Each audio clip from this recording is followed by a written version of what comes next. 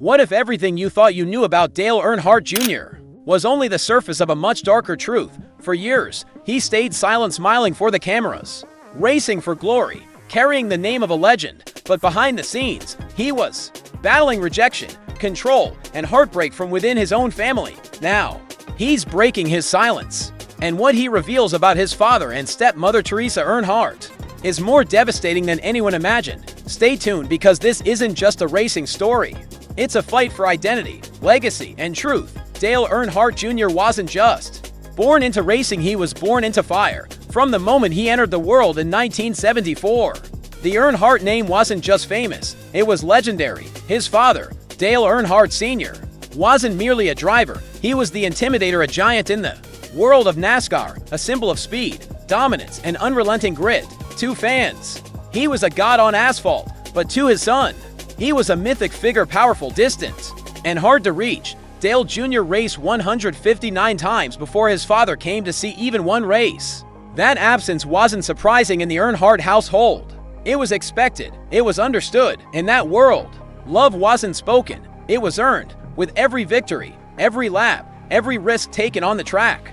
His early years were marked by turbulence. His parents, Dale Sr. and Brenda Jackson, divorced when he was still young. His mother, Brenda, fought to give him a semblance of stability, a normal life in a world where nothing felt normal.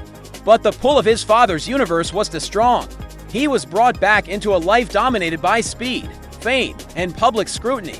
When Dale Sr. married Teresa Houston, the family shifted again.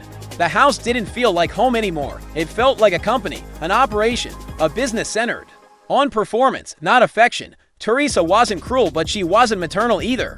She didn't tell bedtime stories. She didn't offer hugs or words of comfort. Instead, she enforced expectations. Dale Jr. never once called her mom. She never earned it. As a boy, Dale Jr. learned that to be seen, he had to win. The only way to communicate with his father was through racing. On the track, every lap was a plea. Every risk was a question. Do you see me now? And then, one day, he won. At just 17 years old, he crossed the finish line first, and everything paused. Dale Sr. looked at him, really looked at him, not as a boy, not even as a son, but as a driver, a peer, a rival. In that moment, Dale Jr. finally felt what he'd been chasing. Respect, not love, not warmth, but recognition. But even that was fleeting. The approval wasn't verbal. It didn't come in a hug or a heartfelt "I'm proud of you." It came in a glance, a nod, the briefest pause from a man who communicated emotion and horsepower. And once the engines cooled, the silence returned. Then came the day everything changed. February 18th, 2001, the Daytona 500. That day, Dale Sr. stayed back on the final lap, blocking other racers so his son and teammate Michael Waltrip could speed ahead. It was a father's final gift, one last protective act. Seconds later, Dale Earnhardt Sr. crashed. The man who had defined a generation of racing was gone, just like that. For millions of fans, it was tragedy. For Dale Jr., it was something deeper, a fracture in his very soul. His father had just begun to see him, and now he was gone. The roar of the crowd faded, but the silence at home, it became unbearable. After the funeral, Teresa Earnhardt didn't step back, she stepped in. As the widow, she took control of Dale Earnhardt Inc., of the estate, of the brand.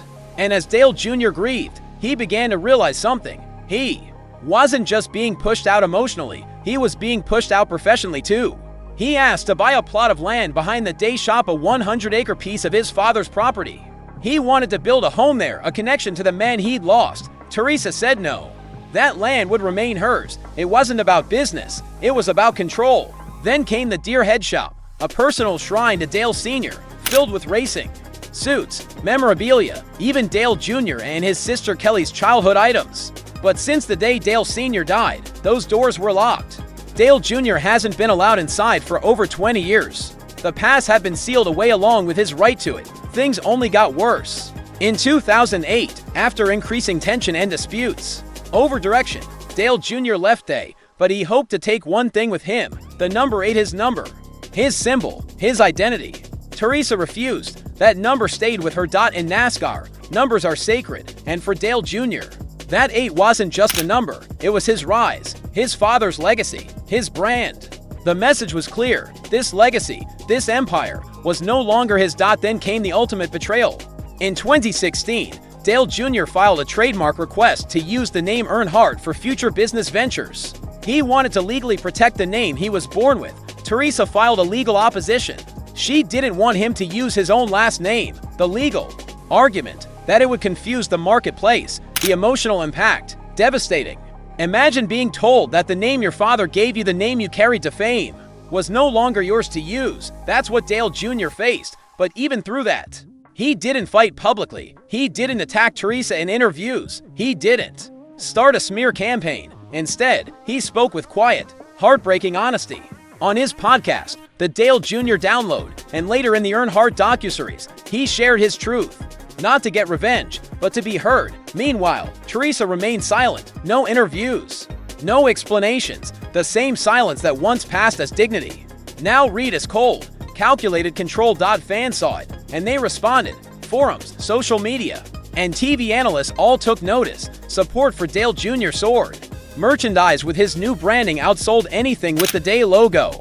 Petitions circulated to free the number 8. And racing fans everywhere began to see the truth for themselves. This wasn't just a legal dispute. It was a son's fight to reclaim his birthright, to protect his father's memory, and to carve out his own legacy without being erased from the one he helped build. Most devastating of all was the emotional toll. Every locked door, every denied request, every battle over names, numbers, and property, it all led back to one thing: a son trying to hold on to the pieces of a father he barely got to know. In the end, Dale Earnhardt Jr. didn't just lose his dad.